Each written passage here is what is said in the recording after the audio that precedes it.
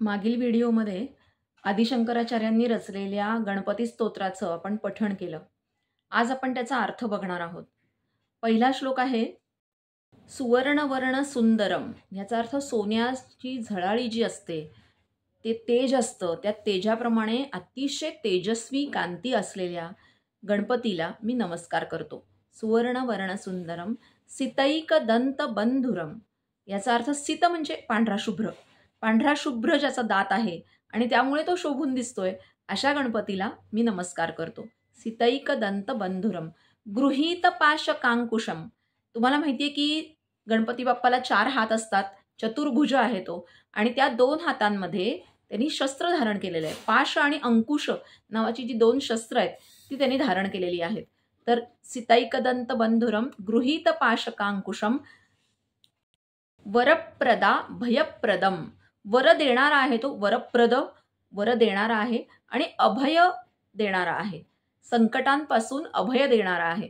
म्हणजे आपल्याला असं वाटतं की गणपती प्रत्यक्ष येऊन आपल्याला मदत करतो का, तर नाही, तो आपल्याला बुद्धी देतो संकटातून कसं निसटून जायचं किंवा संकटांवरती कशी मात करायची, कसं पार करायचं संकट, याची युक्ती आणि बुद्धी आणि शक्ती तो आपल्याला त्या त्या क्षणी प्रदान करतो. जेव्हा आपण त्याची प्रार्थना करतो एखाद्या संकटामध्ये, तेव्हा तो काही सोंड लावलेला किंवा तुंदिल तनू किंवा चतुर्भुज अशा स्वरूपात तो आपल्या समोर येत नाही.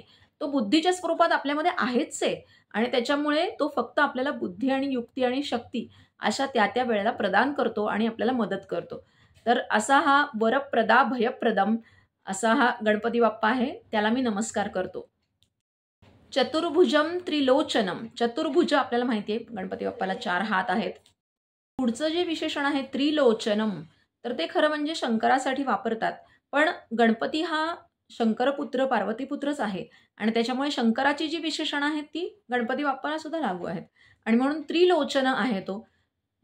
भुजंगमोपवीतिनम प्रफुल्ल वारिजासनम अशी 2 विशेषणं वापरलेली आहेत की ज्यांनी भुजंगाचं सर्पाचं यज्ञोपवीत धारण केलेलं आहे आणि जो फुललेल्या पांढऱ्या शुभ्र कमळामध्ये विराजमान झालेला आहे, असा हा गणपती बाप्पा, त्याला मी नमस्कार करतो, असं आदिशंकराचार्य म्हणतायत. आपल्या सगळ्यांना माहिती आहे की गणपती बाप्पा वेगवेगळ्या स्वरूपात आपल्याला आवडतो. काहींना बालगणेश आवडतो, काहींना कलोपासक असा नृत्य करणारा गणपती बाप्पा आवडतो, काहींना तुंदिल तनू मोदक खाणारा गणपती बाप्पा आवडतो. तर तसं आदिशंकराचार्यांना गणपतीचं कोणतं स्वरूप दिसलं तर त्याचं वर्णन इथे आहे आणि अतिशय सुंदर शब्दात त्यांनी ते वर्णन केलेलं आहे. आता दुसऱ्या श्लोकाचा अर्थ पाहूया.